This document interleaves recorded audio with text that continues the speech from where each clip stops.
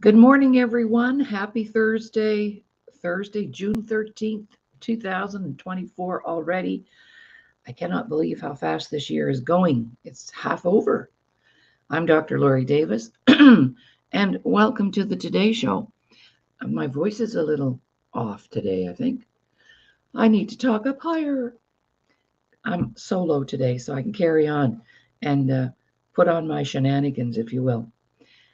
Today is Thursday, and on Thursdays, we feature special communities: our Indigenous community, our Veterans community, the disabled community, and any other community that would like to be talked about or presented on Thursday. Just let me know because this is Cultural Day, Multicultural Day. So I don't have a guest today. My good friend Chief is traveling. And so I just decided I don't have a problem going solo, so that's what I'm doing today. And today I thought I would share some history, some Indigenous history. Some of you are familiar with the term residential school system, but not everybody knows what that is or what it means or how it got started or any of that. So I'm going to use some references today, and one of my references will be from this particular book, one of the very first books actually written about the residential school system. And it was written by Isabelle Knockwood in Nova Scotia. She's passed away now, but I knew the family, I knew her brother.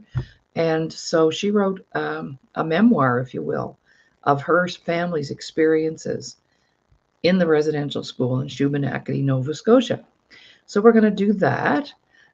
We do have a few announcements. Just want to remind people that the show is our channel, the disabilitychannel.ca. Go in and check it out. The channel does so many things, so many different things, not just broadcasting. But I'd like to talk a little bit about the Disability Channel this morning. And our founder, Jay Stoyan, may pop in. He's traveling today too. So he said he may pop in just to give us a hello. So the Disability Channel, I was introduced to the channel by a friend of mine, Doug Smith. And by the way, he and I do a show every Tuesday at 11 a.m. Mountain Time. That's 1 p.m. Eastern Time. And we do a live show called The Press Box. And it's always around recovery and performance and athletes and health. And we had a wonderful guest this past Tuesday, Dr. Vic. If you haven't checked out that show, please do. We're streaming live right now on the Laurie Davis Facebook page and my YouTube channel, Laurie Davis Show Host. Having a challenge with Self-Worth the Missing Link page where we normally stream all the time, and we've been cut off. We're not sure why. But we're working to get that back up and running. So today, the Disability Channel, Laurie Davis Facebook page, YouTube, I don't know, we're all over the place. But anyway, we're here, and that's all that matters. Now, back to the Disability Channel. The channel has a program, employment program, and they bring students in from the disabled community into studio training. So the clients learn behind the scenes, in front of the scenes, in front of the camera, everything they need to know about being in the media business. And 85% of our graduates get hired like right away. So that program is sponsored by the federal and provincial governments of Ontario, federal government and provincial. And I'd like to, I've met some of the team, and they're amazing. What they do to help us be here with you today behind the scenes, unbelievable. So actually one of the employees created that lovely intro that we have. And I think it's amazing. So we're right out there and up there, and the Disability Channel then approached me. Doug approached me about helping him out with his show, And then the founder, Jay Stoyan, approached me about helping out with the Today Show. And they used to just do the show once a week. And I said, well, I'm really used to doing 5 shows a week, one a day, to really build your ratings and your numbers. And by the way, if you go into the Facebook page or YouTube, it really helps if you add your name or make a comment rather than just clicking like. Like doesn't really do much for us, but if you leave a comment, that really helps our ratings. So we're doing very well, actually, for only being on the air about 5 weeks now. And we're quite pleased with the outcomes. And just a big thank you, shout out to our listeners and our viewers and people who come in live while we're on the air and leave comments on the Facebook page because they pop up here. So if you come in and you are watching us on Facebook and you put a comment on there, I see it in my panel here. So then we can either answer your question, we can be interactive with you that way. And so that's what we're up to these days. So there you go. That's the Disability Channel, and you can check us out. We have a website, Disability Channel, thedisabilitychannel.ca.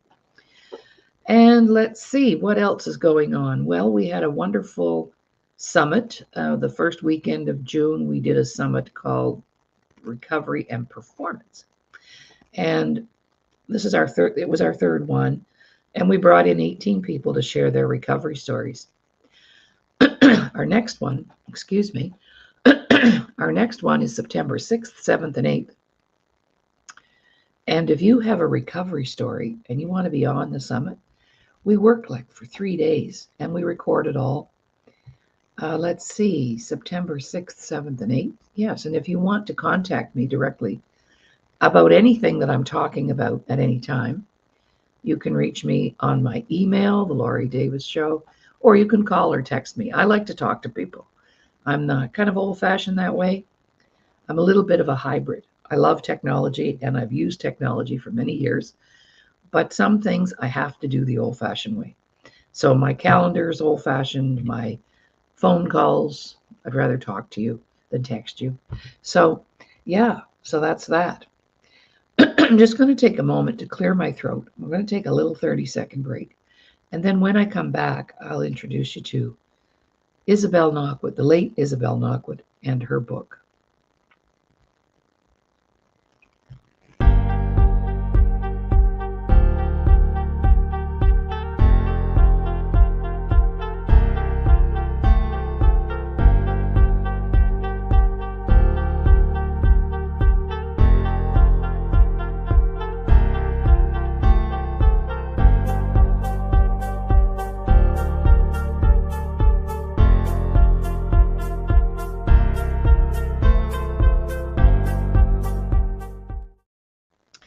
Welcome back, everybody. You're watching the Today Show on this beautiful Thursday, June 13th. I'm Dr. Laurie Davis, your host today, going solo today, except if Jay happens to pop in and say hello to us, we'll stop what we're doing and say hi to him.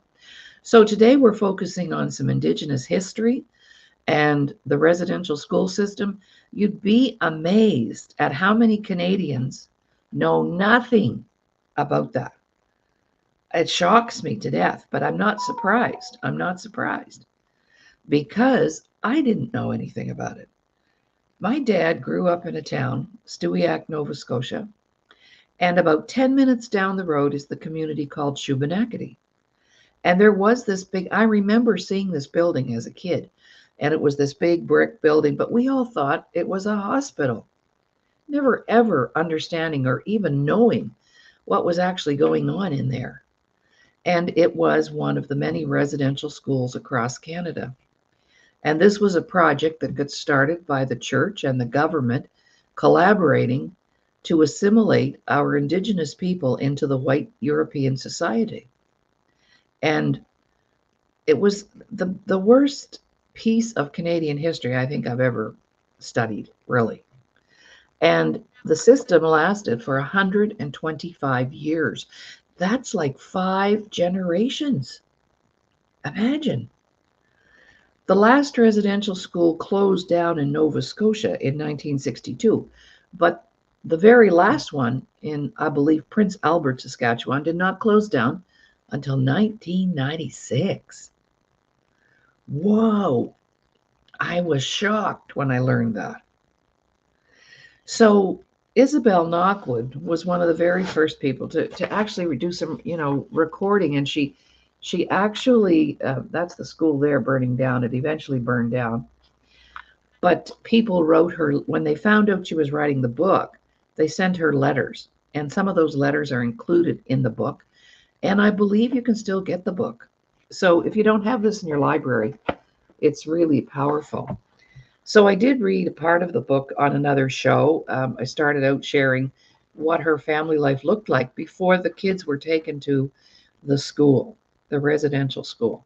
And remember, the whole idea was to assimilate our Aboriginal people at the time.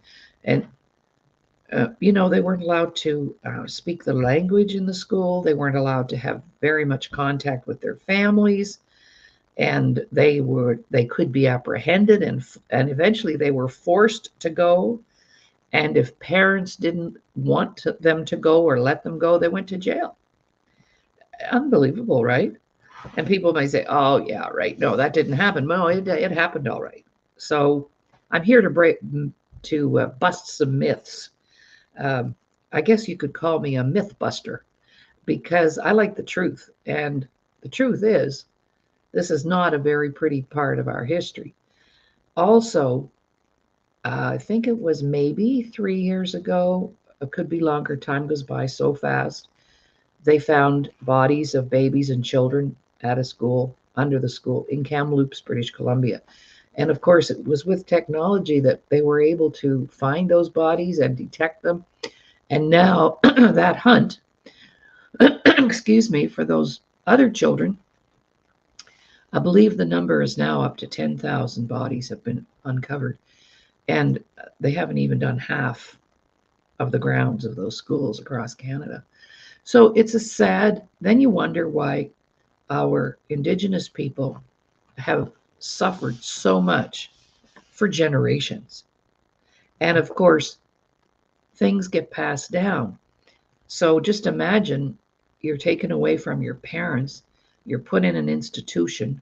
Some of these schools, the Shubenacadie school had 200 kids in there, 100 females and 100 males, with locked doors between each. So if you had a brother at the school, he was on the other side and you didn't get to see him. This is the kind of stuff that went on. So I'm just going to read directly from Isabelle's book today, because I can't really speak with credibility. I wasn't there, I didn't attend, but I sure do know people who did. And the stories that I've heard about how the dysfunction got handed down. Because imagine if you're brought up in an institution, an orphanage, you've lost all sense of what does a family look like? What does a dad do? What does a mom do? All those parenting traditions and skills were lost in the process.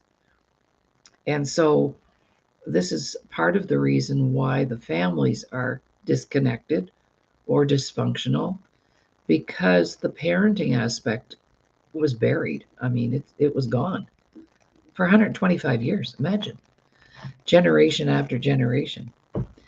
Okay, so excuse me for my head being down today, but I'm going to read to you today. This is story time. And I love sharing stories, and I love sharing other people's stories. On September the 1st, 1936, so picture that, September the 1st, 1936.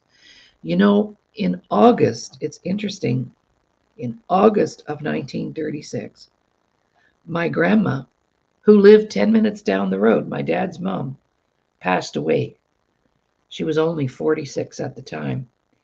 But the kids came home from school, and she had, I guess, what you would call an aneurysm today. Back in the day, they called it a brain hemorrhage. But my grandma left a family of 9 kids. And my dad never really ever recovered from that. And that's why I love my work in recovery. because we're all busy recovering from something, recovering from our history, recovering from our childhood, perhaps a serious injury, cancer. We're all busy recovering all the time. So you see, once you hear some of the things that went on, you'll understand why that recovery from the residential school system is taking a long time. It was so intense and existed for such a very long time.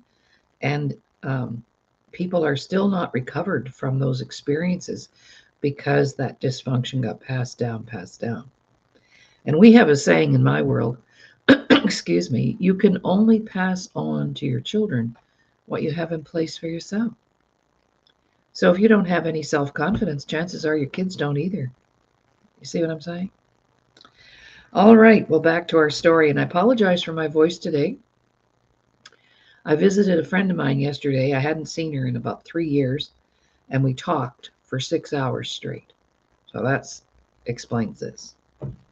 And I talk a lot. I'm used to talking, but we had some emotions, and it was kind of tearful because we both came out of COVID with our own injuries. And aren't we all still busy recovering from that? Do you know that some people haven't even come out of their house yet after COVID? And people are still going to the store with rubber gloves and masks on? That was intense, the pandemic, right? Okay, so back to our story. On September, I go off on tangents, so when I read something from here that triggers something, then I'm going to probably stop and share a story. On September 1st, 1936, my whole family walked the 5 miles from the reserve to Shubenacadie. After we had walked for about an hour and a half, we could see the big red brick building outlined against the blue sky. My mother pointed to it and told us that we were going to the Indian College. Wow. We walked quietly the rest of the way until we reached the corner. My 3-year-old brother, Noel, I met Noel Knockwood. He's passed away too. He was the first Indigenous Speaker of the House in the province of Nova Scotia many years ago. He was only 3, imagine. My 3-year-old brother Noel started to cry and refused to take another step. So Daddy picked him up and carried him on his shoulders. Noel was too young to go to school, but our older brother Henry had already attended for 4 years. He'd already been there. The rest of us, Joe, Nina, Rose, Ann, 7, and myself, 5, were being separated from our parents for the very first time. Wow. The whole family. We walked towards the entrance, and Mum took Rosie and I by the hand to help us up the 13 high cement steps leading to the door. At the top of the steps, the heavy wooden doors with glass panels stood ajar, and just as we reached the top, a priest and nun came out. The priest extended a pale hand.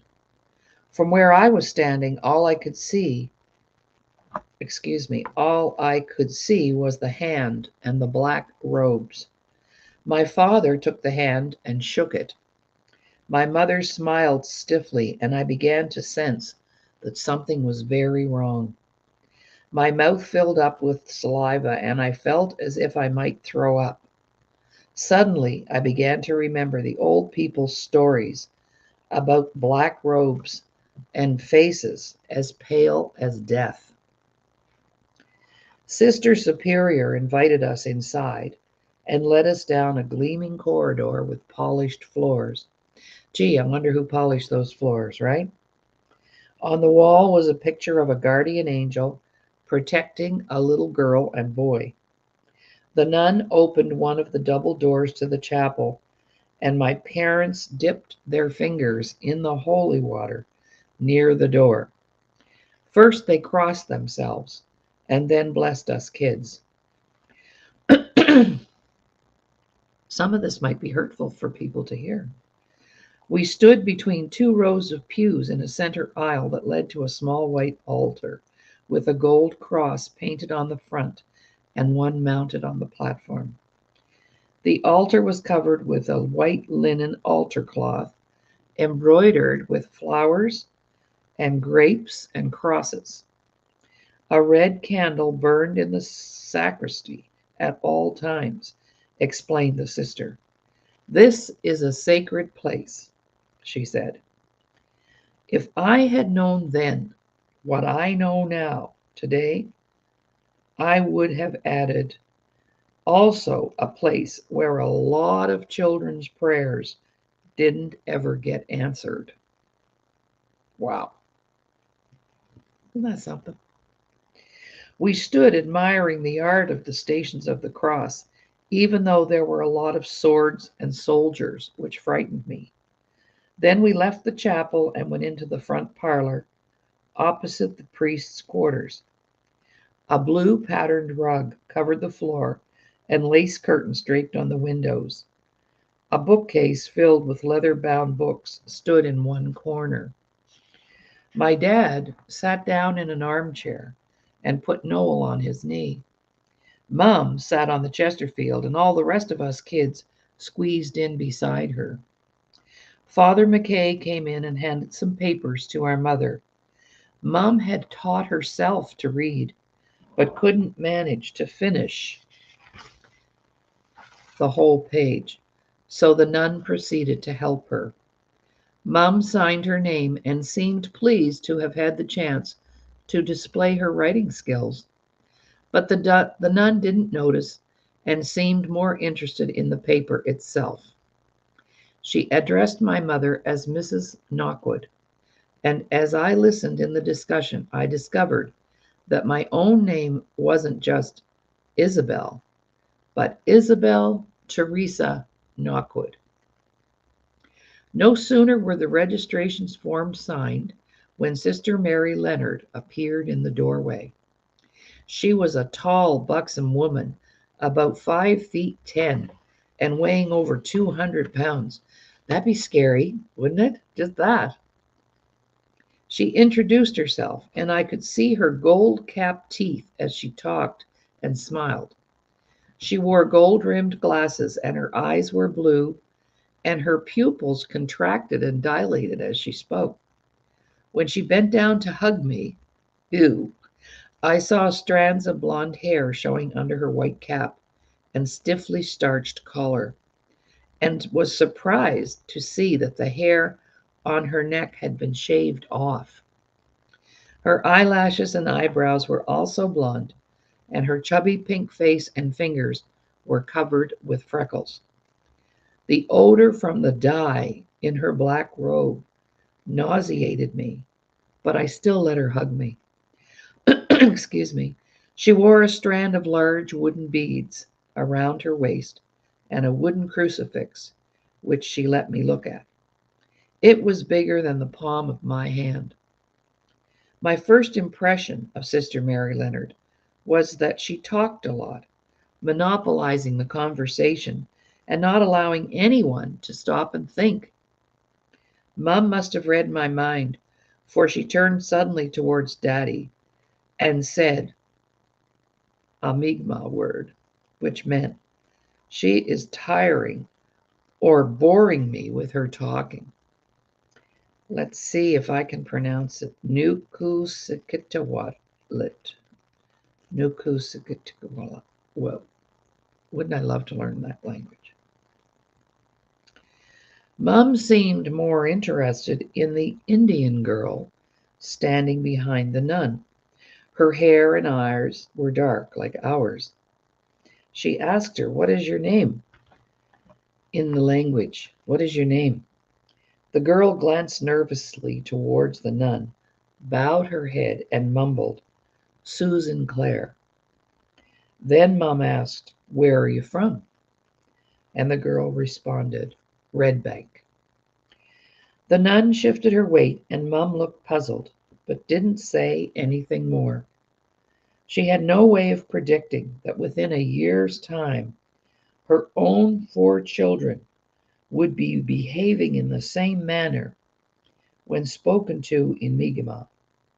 Right off, Sister Mary Leonard began to explain that speaking Mi'kmaq was not permitted in the school. Whoa, rule number one. Because here's the excuse, here's the rationale. Don't you love it? Because it held children back in the classroom reading, pronouncing, and writing English. My parents wanted their children to succeed in school, and so they trusted the educators. Gotta think about that one. Yeah, you see, like a lot of people, the children weren't always abducted. A lot of children landed there because the parents wanted them to go there because they thought that that would provide for them a better way of life if they were educated formally. Mhm.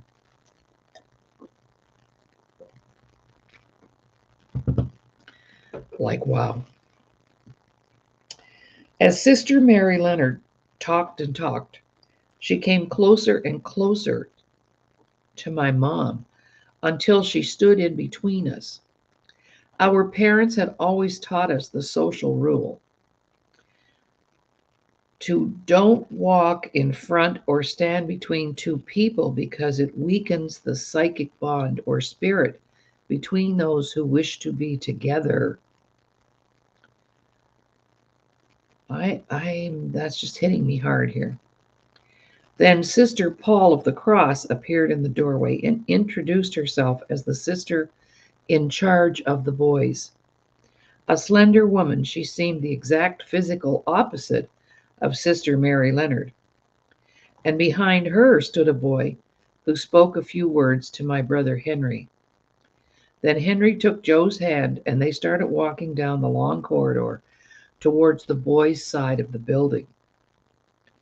Just before disappearing around the corner and going down the stairs, Joe turned around and waved to us. Goodbye, Rosie. Goodbye, Isabelle.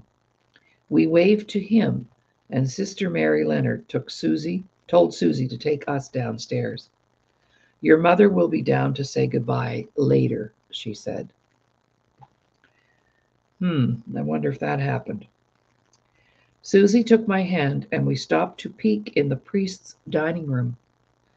A mahogany dining set with high-backed chairs stood in the middle of the room, which had wall-to-wall carpeting.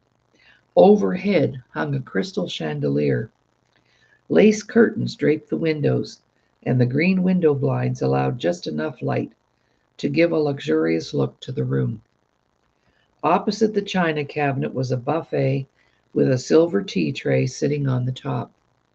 Years later, I found myself serving Father McKay a 3-course meal, which was supervised by Sister Superior in this very room. But I never did get to eat off those fancy dishes or taste the gourmet meals that the priest enjoyed.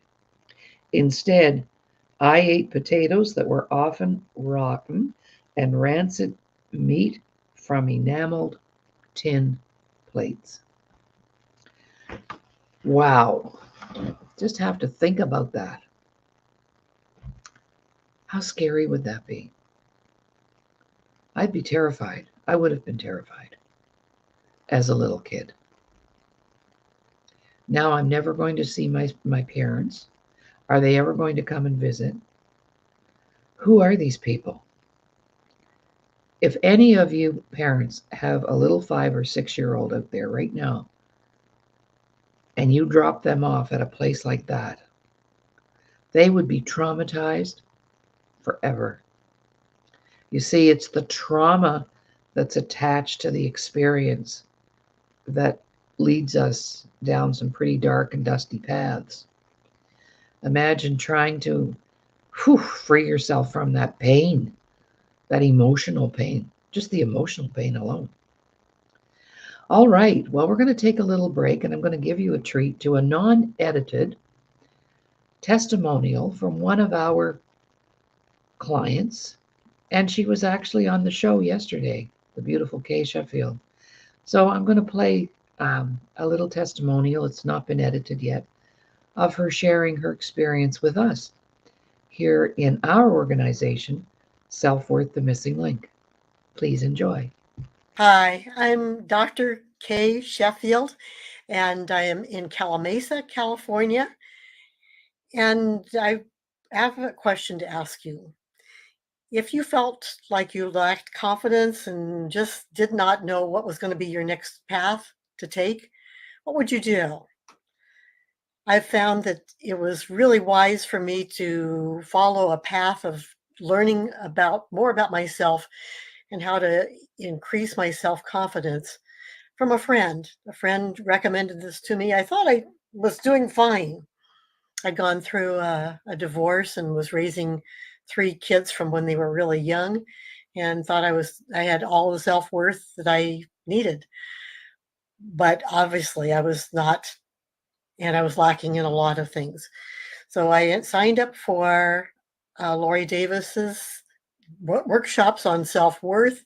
I found that they were most helpful in getting my confidence back, building my self-esteem, and giving me extra help with things that I would want to do as far as the business, as far as doing things and meeting other people in the world, as far as a family member.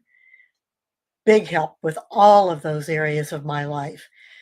Anything social that had to do with meeting with people were just very wise to have these workshops behind me. As I talked to Laurie during these workshops, I found that I was validated for what I was doing, what I was going through, and what I needed to know about myself. That I had humor. I can laugh and I can make fun of myself and enjoy things about myself. But I've also found that I can also help other people, and that's what was really my goal from when I was little, is helping people, being kind of a mom kind of a figure to people, but also just helping them to find out how could they help themselves. I've taken several workshops from Laurie and found that the ones I've taken have been just out of this world. I've learned so much about myself as well as how to help people do better in what they were doing. So I hope you can consider some of the things that she's offering, and that you can become more confident in yourself, have better self-esteem, be more validated in who you are and what you can do, and know that you can do so much more with the life you've lived. Thank you for listening to me, and please contact Laurie. Wow, I love that. Isn't it great to see growth in people and have them experience that? So welcome back. The Today Show, I'm doing a solo show today, and I love doing solo shows. I really love my guests too. We've had some amazing guests. Actually, Kay was a guest yesterday on our wellness workshop day. Not wellness workshop, but the Wellness Wednesday. So we do divide our themes. We have a theme every day. So on Monday, we do self-care, self-improvement. It's a great show. Tuesday, finance with Ramin Modiri. And Ramin is a co-host, and he is so knowledgeable and has so much credibility when it comes to financial education. And then on Wednesdays, as I mentioned, we do wellness. Thursdays, multicultural day featuring different communities, particularly our Indigenous community, the disabled community, our veterans. And on Fridays, fun day. So Friday we do something fun, introduce you to a musician or an artist or an author or somebody doing something really great out there, volunteers. It's just a beautiful life that we have, and it's everything that we can make it. Time is so precious. I tell my clients all the time, you can always get your money back. Don't worry about the money, but we can't ever get our time back. And that's where we have to learn how to recover from things that have happened to us, the trauma from the things that have happened to us. You're not alone. My gosh. Isn't it interesting though? Because when we are going through something, we think we're the only ones that ever felt this way. And it's not true. That's the lie. That's the lie. It's not that. There are people going through things right now as we're on here learning more about the residential school system. Other people are out there struggling and recovering from whatever it is that they've gotten themselves into because of a trauma or a situation that they've experienced. So we're all about that, helping people to heal. And today, for those of you just joining us, I'm sharing, oh, it's always backwards on here. I'm sharing from this book, Out of the Depths, written by the late Isabelle Knockwood. And here's a picture of Isabelle on the back of the book and a bit of history. A very famous family in Shubenacadie, Nova Scotia. They made a difference in people's lives, did a lot of great things, and achieved many great things. All right, well, we're continuing our saga of the inside of the residential school, what it looked like as these babies were being dropped off to spend the next 9 years there. Wow. I know people who don't even like to leave their children and drop them off for a weekend without somebody having a meltdown. But imagine dropping your kids off, you're not going to, for 9 years. 9 years. And that's not, some people were there 11 years, 7 years, and whole families. Imagine. Well, now we just saw what the priests' quarters looked like. They were pretty fancy schmancy, weren't they? Susie stopped to show us the classrooms and the parlor. Down the other end of the corridor was the visiting room for the children and their parents if they happened to show up. Not the parents, I mean, but if they were within walking distance, they could visit. But in 1936, very few people had a vehicle. So if you're in the residential school and your parents are 100 miles away, chances are you're not going to see them very often. Wow.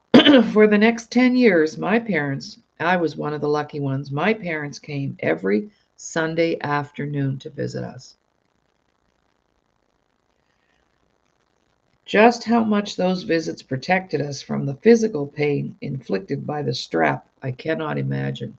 So maybe they weren't treated as poorly because the parents were keeping an eye on things. For it was those little ones who had no parents coming to see who suffered the most abuse. Whoa. Susie then took us down 2 flights of cement stairs with heavy steel railings, and it was getting darker the farther down we went. I think my throat is acting up because of what I'm sharing.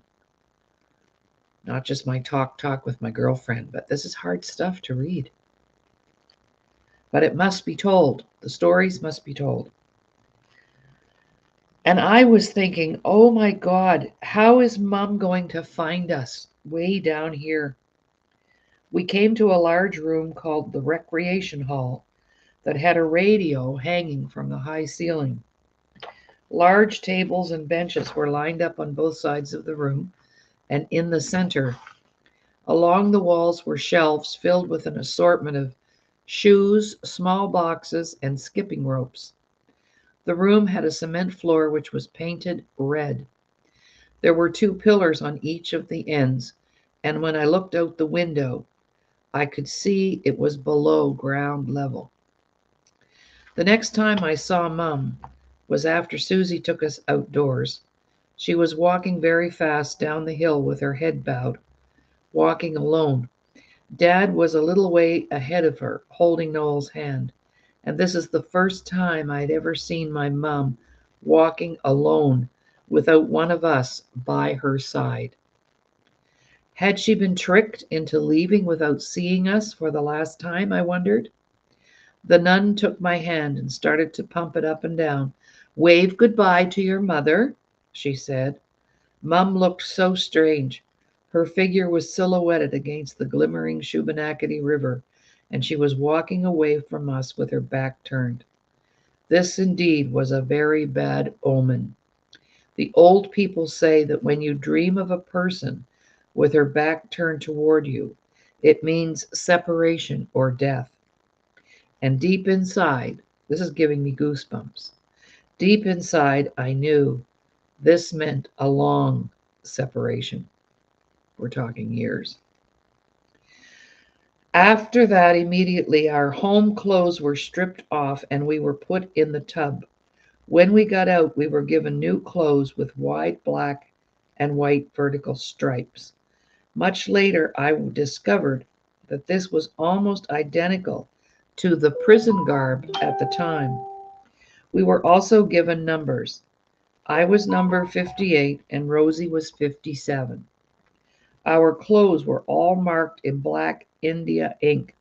Our blouses and skirts and socks and underwear, towels, face cloths, everything except the bedding had our number on it. Next came the haircuts.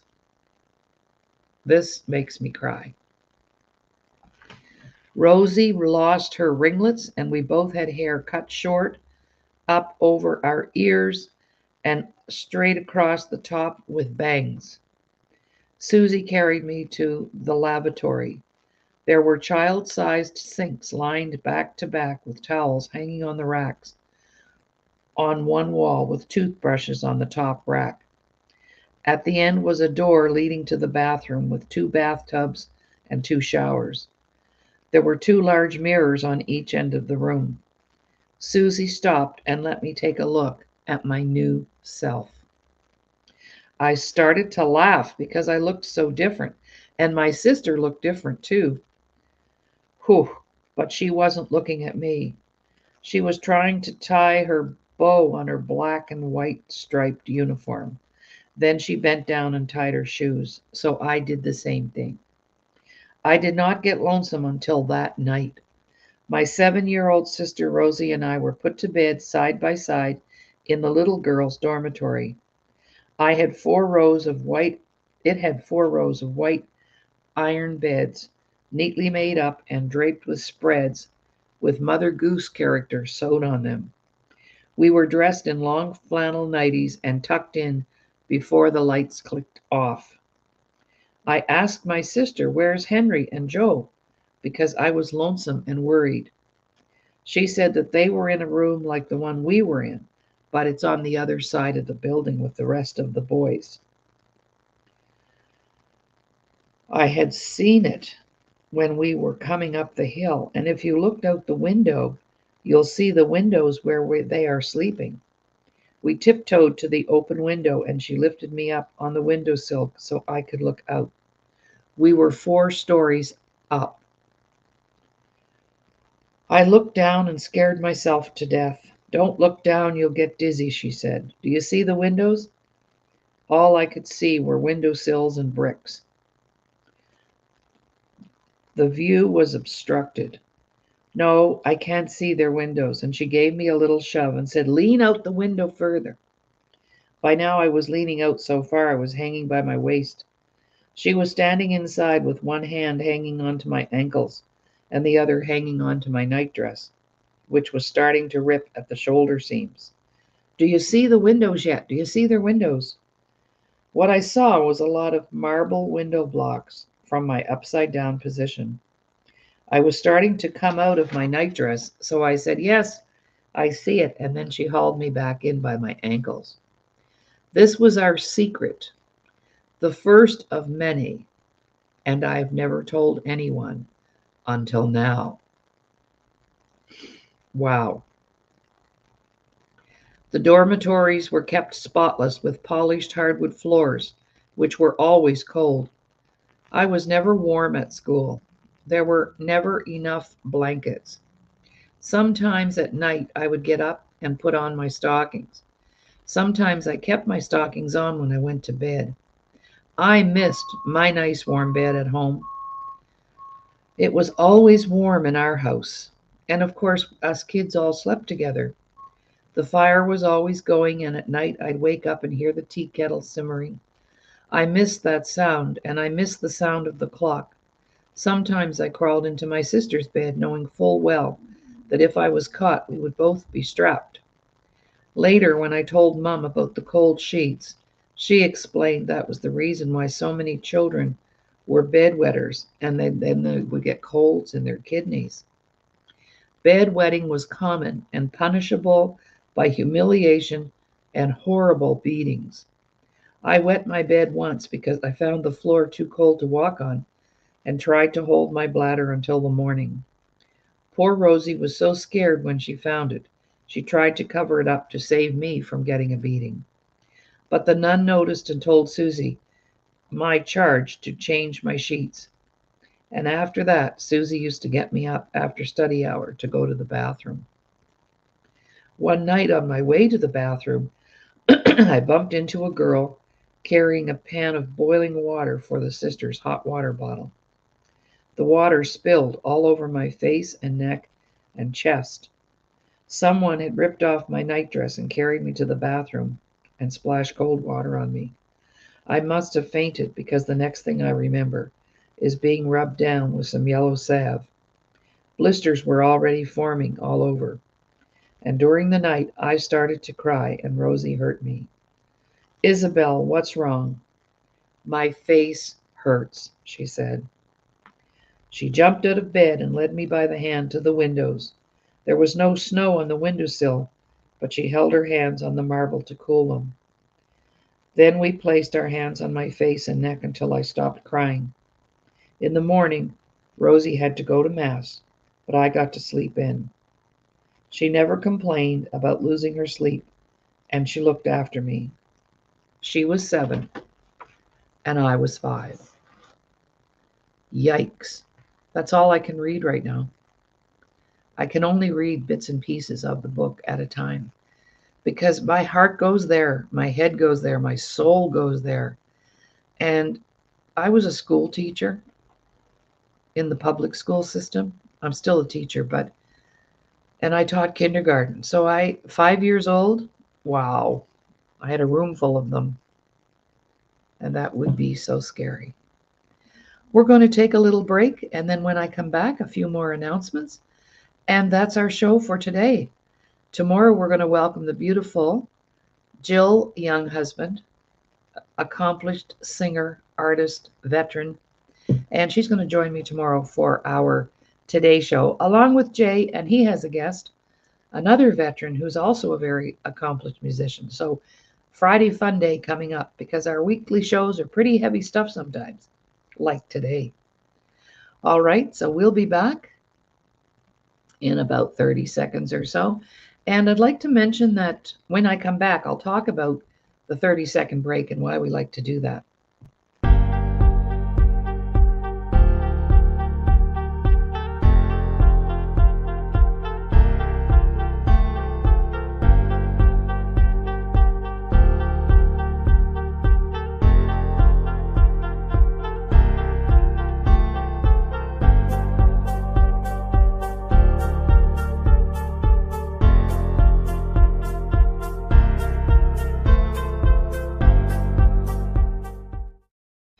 Welcome back, everyone, to the Today Show. I'm Dr. Laurie Davis doing a solo show today, just sharing a little bit about the history of the residential school system here in Canada.